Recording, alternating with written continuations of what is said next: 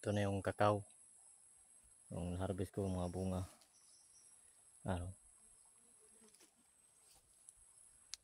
Dami oh. Dalawang puno lang yan. Dalawang puno ng kakao. Dito ang puno niya. Yan. Puno niya yan. Tapos yung isa, yun. Isang puno. Dalawang puno. Kasi may kunting sira yung bunga kasi di na alagaan, di na pausukan.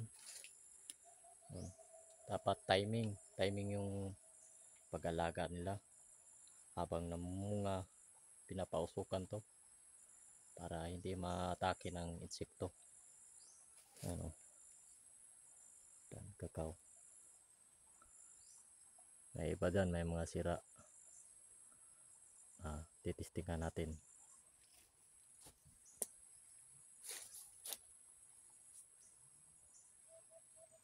Testing tayo. Ito.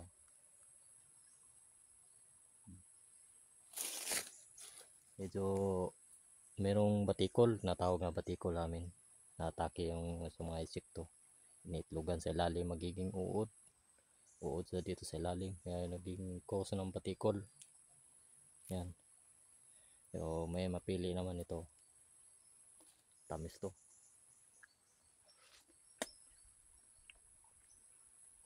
Magandang lasa niya. Hindi masyadong maasim. Tamis.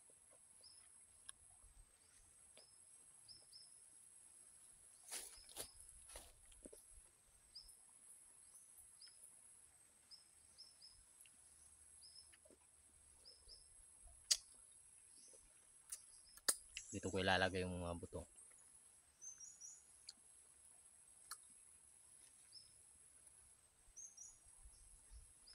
Ang lasa niya.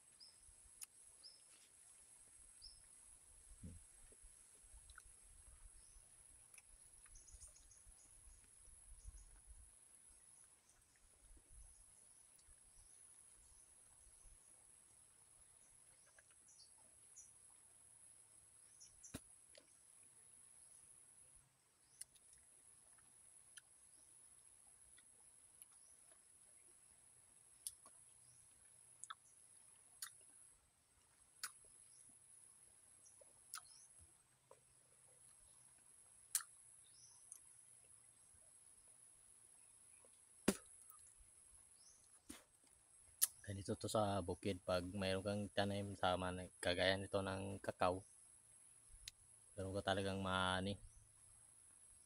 di mo mamalaya na mamumunga na siya.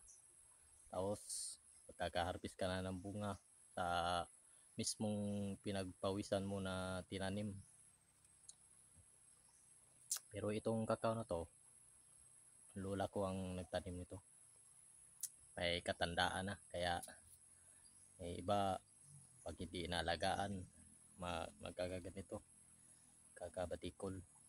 So may mapili din naman.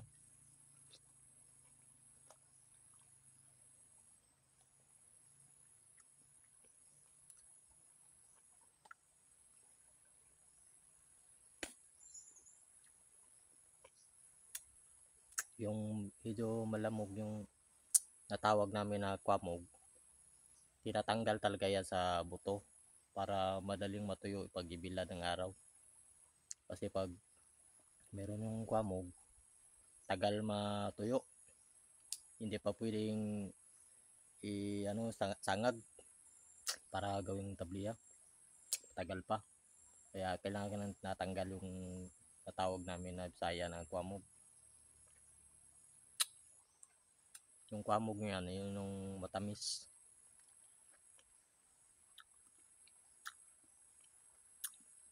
Magiging ganito na siya, wala nang kwamog. Yan. May kunti pa pero wala na yun. Pag kunting bilad yan, dali nang matuyo.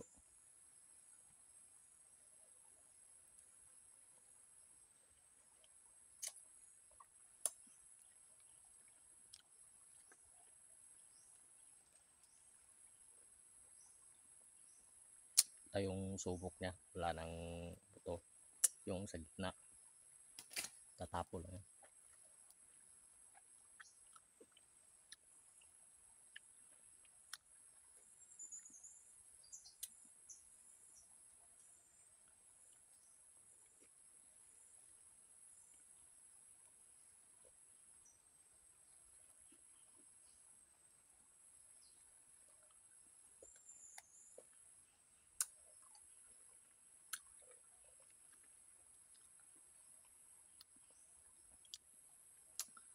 Ilalagay ko to sa sako. Dadalhin ko to doon sa bahay sa Nahaw para doon ko babalatan. Tatanggalin yung mga buto, itatapon yung balat.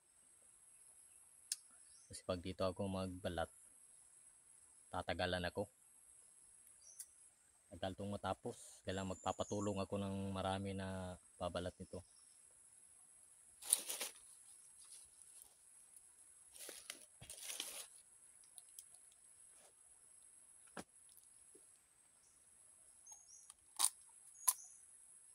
Ayan. May sira yung iba. Batikol. May mapili din.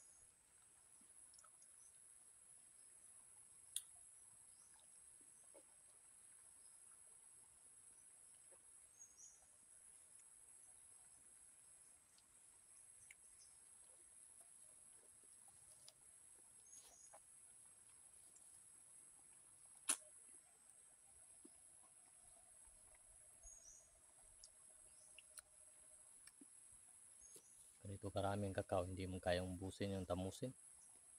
Hindi kaya. Dami.